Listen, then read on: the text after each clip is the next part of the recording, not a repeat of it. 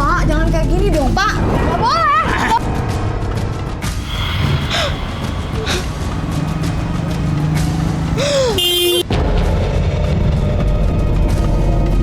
Nggak mau, Bu. Aku mau, Bu. Aku pengen ketemu sama anak aku. Aku kangen banget, Bu, sama anak aku, Bu. Ya Allah, kamu ngeliat banget. Ma, aku gitu kangen banget sama kamu, nak.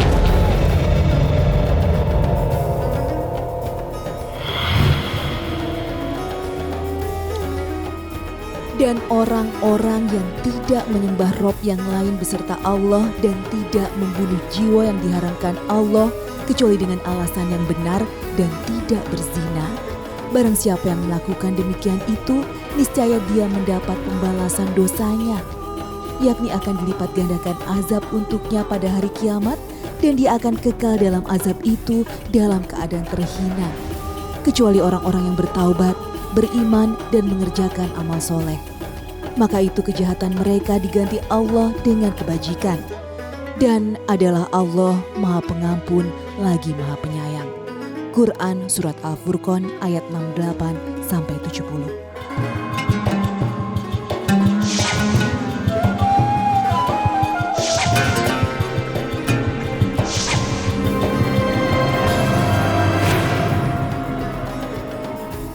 Assalamualaikum warahmatullahi wabarakatuh. Selamat pagi pemirsa Tawakal yang dirahmati Allah Subhanahu wa Ta'ala. Senang sekali saya Farid Hasan menjumpai Anda, dan pemirsa, saya di studio tidak sendiri. Sudah hadir bersama saya Bapak Ustadz Muhammad Bukhari Muslim. Assalamualaikum Pak Ustadz. Waalaikumsalam warahmatullahi wabarakatuh. Selain Ustadz Muhammad Bukhari Muslim, juga sudah hadir bersama kami di studio seorang narasumber bernama Mbak Putri. Assalamualaikum Mbak Putri. Waalaikumsalam, Mas Farid. Ya, Pak Ustadz dan Mbak Putri, juga pemirsa di rumah, tadi kita sudah lihat bersama. Di depan adalah cuplikan dari beberapa video reka adegan di mana peristiwa itu sudah dialami oleh Mbak Putri di masa lalunya. Begitu Mbak Putri ya. Nah, Mbak Putri boleh cerita ke kita dari awal mulanya kejadian itu dari mana? Bermula dari perpisahan kedua orang tua saya.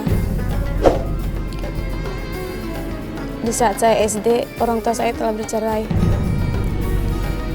Saya diasuh oleh ibu saya.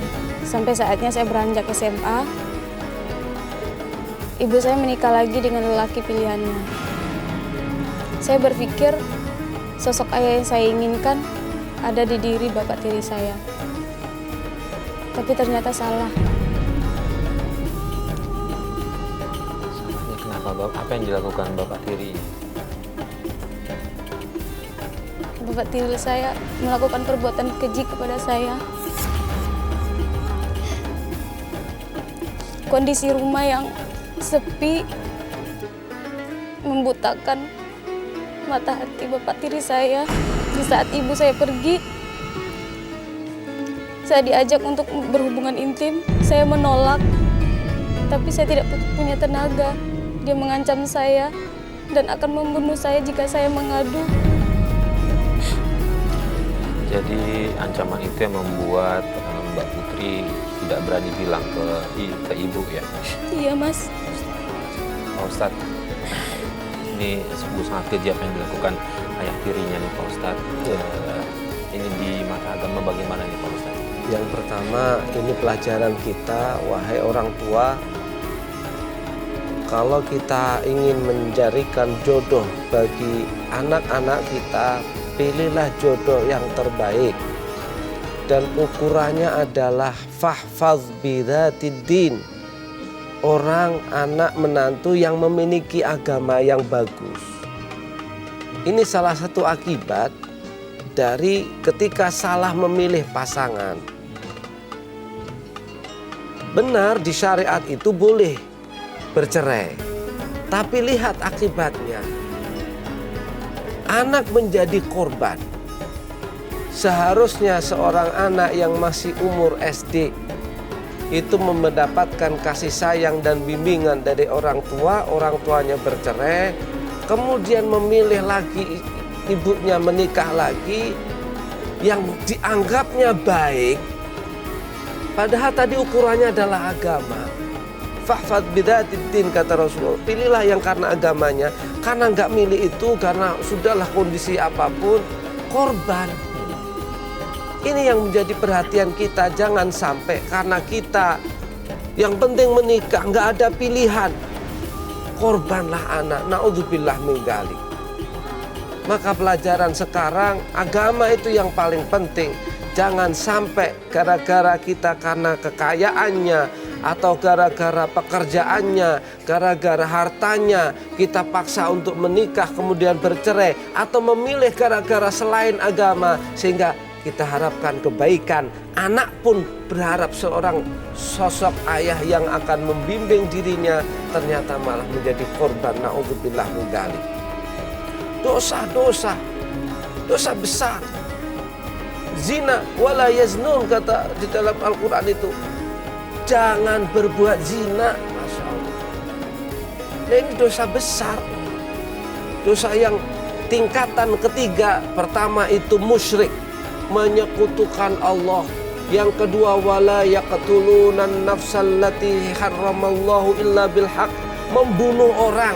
Dosa ketiganya adalah wala yaznun, jangan berzina. Ini adalah zina. Pemerkosaan jauh lebih dari zina. Kalau zina mungkin bisa jadi adalah antarodin, suka sama suka. Kalau ini adalah pemerkosaan, tentunya azabnya akan lebih berat. Berapa kali dia melakukan itu? 4 kali sampai saya lulus SMA.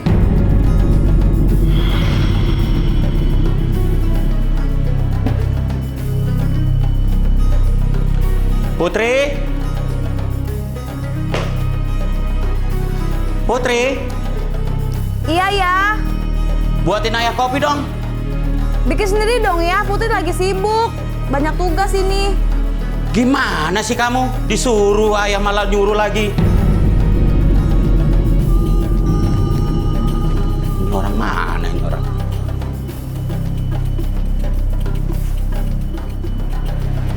Ibu kamu di mana, Putri? Ibu masih kerja, lagian tumben banget sih jam segini ayah udah pulang. Wah, cocok nih mumpung ibu nggak ada. Mana suasana sepi lagi. Wah, mendukung ini keadaan. Putri, Bapak ngapain? kamu berarti bisa temani Bapak tidur. Kamu ngapain sih? Jangan dong, Pak. Udahlah, Putri. Gak mau, Pak. Jangan kayak gini dong, Pak. Gak boleh.